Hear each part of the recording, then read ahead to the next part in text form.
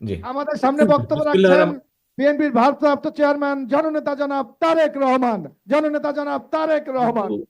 শুধু নামটা বললেই হয়, আর কিছু বলা লাগে না, যদি প্রয়োজন হয় আর কি। বিসমিল্লাহ রহমান রহিম। উপস্থিত ময়মনসিংহ এবং খুলনা বিভাগের সকল জেলা থেকে আগত নেতৃবৃন্দ, মঞ্চে উপস্থিত স্থায়ী কমিটির সদস্য জনাব নজরুল ইসলাম খান সহ নেতৃবৃন্দ, আলোচকবৃন্দ, আসসালামু আলাইকুম। আহ, উপস্থিত দুই বিভাগের নেতৃবৃন্দ, আজকে আমরা এখানে একত্রিত হয়েছি আমাদের 31 দফা, যেটি আমরা দেশের মানুষের সামনে উপস্থাপন করেছি। এই 31 দফার আলোকে আমরা আগামী দিনে আল্লাহর রহমতে মানুষের সমর্থন নিয়ে সরকার গঠন করতে সক্ষম হলে আমরা কি কি কাজ করতে চাই, দেশ এবং দেশের মানুষকে জন্য কি কি কাজ করতে চাই, সেগুলোর একটি সংক্ষিপ্ত বিবরণী নিয়ে আমরা আজকে উপস্থিত হয়েছি এখানে।